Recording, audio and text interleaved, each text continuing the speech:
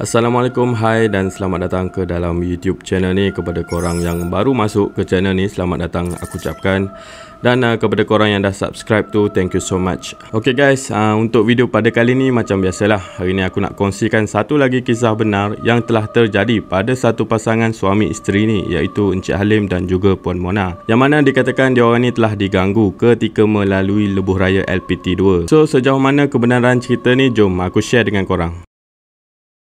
Okey, kejadian ni dikatakan berlaku ketika Encik Halim dan juga Puan Mona ni nak balik ke kampung halaman diorang lah, yang berada di pantai timur tanah air, iaitu di Terengganu. Dan diorang kebiasaannya akan bertolak dari Kedah ke Terengganu pada waktu malam lah. Kononnya pada waktu malam ni perjalanan lebih selesa dan sejuk. So lepas je diorang ni siap solat isyak apa semua, diorang pun bersiap-siap lah dan isi beg-beg baju semua ke dalam kereta.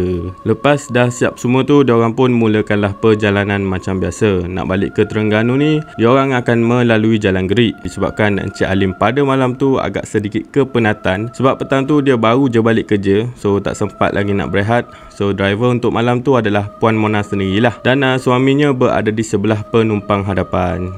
Kisahnya bermula ketika mana diorang baru je melepasi tasik banding, dan pada ketika tu Encik Halim bagi tahu dia nak offkan aircon dan buka tingkap sekejap. Kononnya kalau buat macam tu boleh jimat minyak. Maklumlah masa tu jalannya agak mendaki sikit, so agak berat jugalah kereta time tu. Dan dalam pada masa yang sama, Encik Halim ni sebenarnya dia nak isap okok lah. Okay, kononnya kalau isap okok ni dia nak bagi hilang ngantuk lah. So Puan Mona ni pun mengiyakan je lah apa yang suami dia bagi tahu tadi tu. Masa Encik Halim tengah sedap-sedap isap okok tu, secara tiba-tiba Puan Mona ni ada terbau satu bauan yang sangat-sangat wangi. Nak kata asap rokok tak mungkin lah, sebab bau dia tak macam asap rokok pun. So Puan Mona ni pun diamkan je lah sambil dia tunggu reaksi suaminya. Manalah tahu kok suami dia pun perasan benda yang sama. 3 minit kemudian bau tadi pun hilang. Time tu Encik Halim still tak respon apa-apa pun. So Puan Mona ni anggap mungkin dia seorang je lah yang bau macam tu. So dia pun abaikan je lah benda tu, dan dia pun drive macam biasa.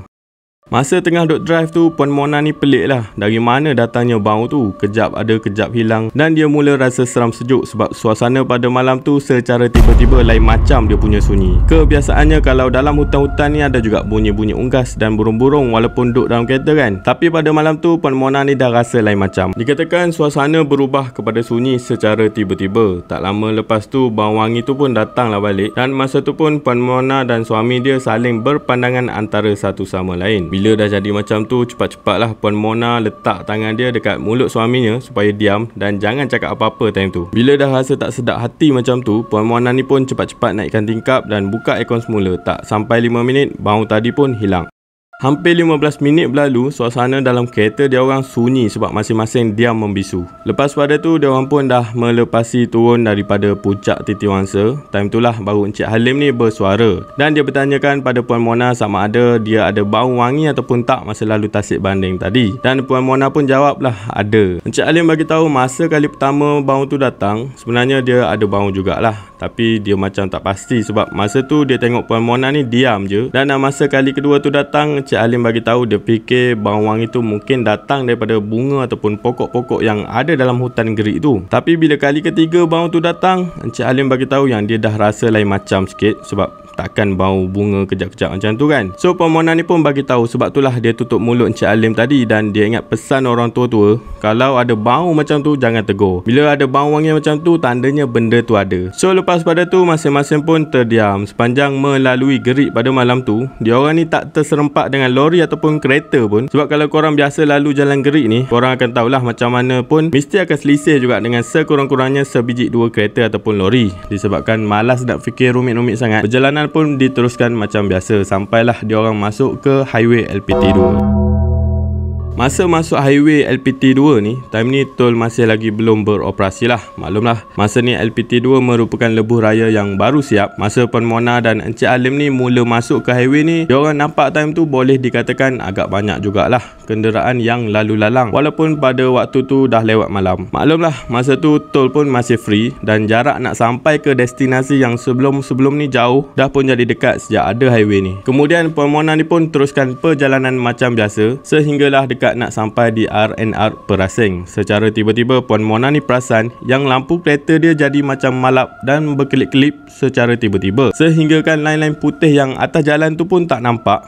Tapi Puan Mona ni maintain juga drive macam biasa sebab dia tengok ada lori kat depan dia tu macam nampak okey je. So bila dah lepas je simpang exit nak ke R&R Prasing tu, tiba-tiba Puan Mona ni sekali lagi terkejut sebab tiba-tiba muncul banyak kon-kon yang besar berada di laluan atas highway pada masa tu. Time ni Puan Mona berada di lorong sebelah kanan. Masa tengah terkejut tu, tanpa dia sedar secara tiba-tiba tangan yang tengah dia pegang steering tu terus balas ke arah kiri jalan tanpa menekan brake, dan kelajuan kereta pada masa tu boleh dikatakan agak laju jugalah. Disebabkan terkejut dengan kon-kon tu tadi, diorang hampir terbabas ke tepi jalan. Nasib baik suami Puan Mona ni sempat pegang dan kawal steering, kemudian hala ke arah yang lebih selamat. Suasana kat situ memang gelap sangat-sangat sebab highway baru, so lampu jalan pun belum ada lagi. Lepas dah agak stabil sikit, Puan Mona ni pun berhentilah kat tepi jalan sekejap untuk tenangkan diri. Sambil-sambil tu Encik Alim turun untuk tengok keadaan luar kereta. Sebab masa tengah panik tadi, Puan Mona ni bagi tahu yang dia ada terlanggar beberapa biji kon dekat situ. Sementara Cik Alim cek kereta, Puan Mona ni pun pelik lah, macam mana kon-kon tu semua boleh berada di atas jalan. Sebabnya dia tengok lori kat depan dia tadi tu elok je. Lepas 20 minit, suami Puan Mona ni pun masuklah ke dalam kereta. Katanya cover atas tayar depan sebelah driver patah. Lepas tu lampu depan dan juga spotlight belah driver pun pecah. Suami Puan Mona ni bagi tahu masa dia cek kereta tadi, dia ada juga pergi dekat kawasan kon yang dilanggar tadi tu. Nak tengok kot-kot lah ada lubang ke apa kan. Tapi bila pergi cek dekat-dekat, tak ada apa pun sebenarnya. Dan dia tak ada nampak pula kon-kon yang bersusun tadi.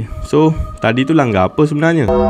Masa kereta dia orang ni parking dekat tepi jalan, adalah sebiji dua motor budak-budak muda lah yang lalu time tu. Tapi dia orang tak berhenti pun. So lepas dah settle cek apa yang patut, perjalanan diteruskan macam biasa. Masa tengah drive tu, Puan Mona dan Encik Alim ni bersembang-sembang lah pasal kejadian tadi. Masing-masing tertanya-tanya dari mana datangnya kon-kon tu. Dan bila cek tengok tak ada pula. Diorang ada terfikir juga entah lori yang kat depan tadi tu sebenarnya tak wujud. Tapi sangkaan tu salah lah. Sebabnya sebelum Puan Mona ni nak exit ke Bukit Besi, diorang ada nampak lah lori tadi sebelum dia potong lori tersebut. So kejadian tadi tu betul-betul macam nak menguji lah kiranya. Punyalah lama nak sampai. Alhamdulillah akhirnya diorang pun sampailah ke kampung halaman dalam lebih kurang jam 4 pagi lah. Dikatakan tu merupakan pengalaman pertama Puan Mona dan suami dia ketika melalui lebuh raya LPT2 tu. Cuma persoalannya kat sini, kenapa lampu kereta tiba-tiba berkelip dan daripada mana datangnya kon-kon tu semua sehingga kan mereka hampir terbabas ke tepi jalan. So sejauh mana kebenaran cerita ni hanya Puan Mona dan Encik Halim je lah yang tahu. So kalau korang rasa tak percaya, maka korang anggap je lah cerita ni hanya sekadar untuk hiburan semata-mata. So itu je lah cerita berkenaan dengan kisah pelik yang berlaku dekat LPT2 ni.